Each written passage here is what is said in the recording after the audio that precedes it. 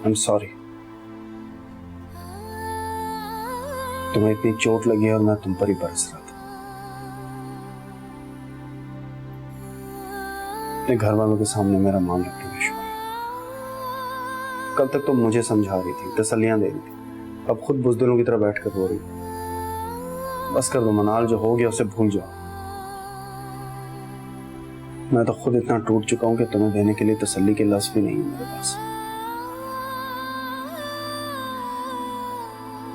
हमारे साथ ये सब क्या हो रहा है सब? क्यों हो रहा है ये सब कुछ? क्या तुम्हारा जॉब जाना ही काफी नहीं था हमारे लिए, जो अब ये जेवर भी चला गया? अब हम क्या करेंगे? कहां से बंदोबस्त करेंगे पैसों का? तुम अपना केस कैसे लड़ोगे? दफा करो केस को यार। हॉस्पिटल के ड्यूज देने के बाद 1 आध महीने का ही खर्चा रह जाएगा बस। कल से जॉब हंट शुरू। बस इतनी जल्दी हार मान गए? तो और क्या करूं मैं? मेरे पास इसके अलावा और कोई ऑप्शन नहीं है कि मैं चुपचाप अपनी हार तस्लीम कर लूं।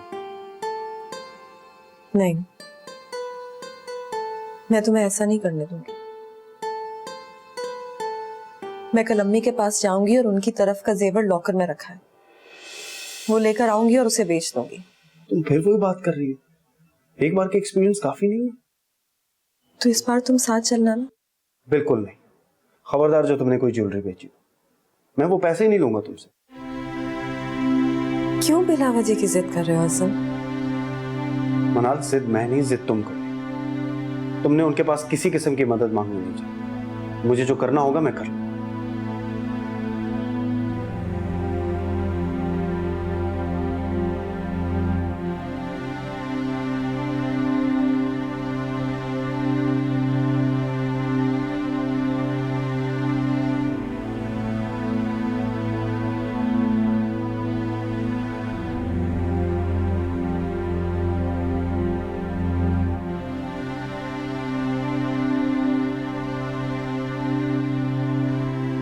बड़ी मुश्किल से सोया। मनाल को याद कर करके रो रहा था। या अल्लाह किस मुश्किल में डाल दिया मेरी बच्ची को। हाँ,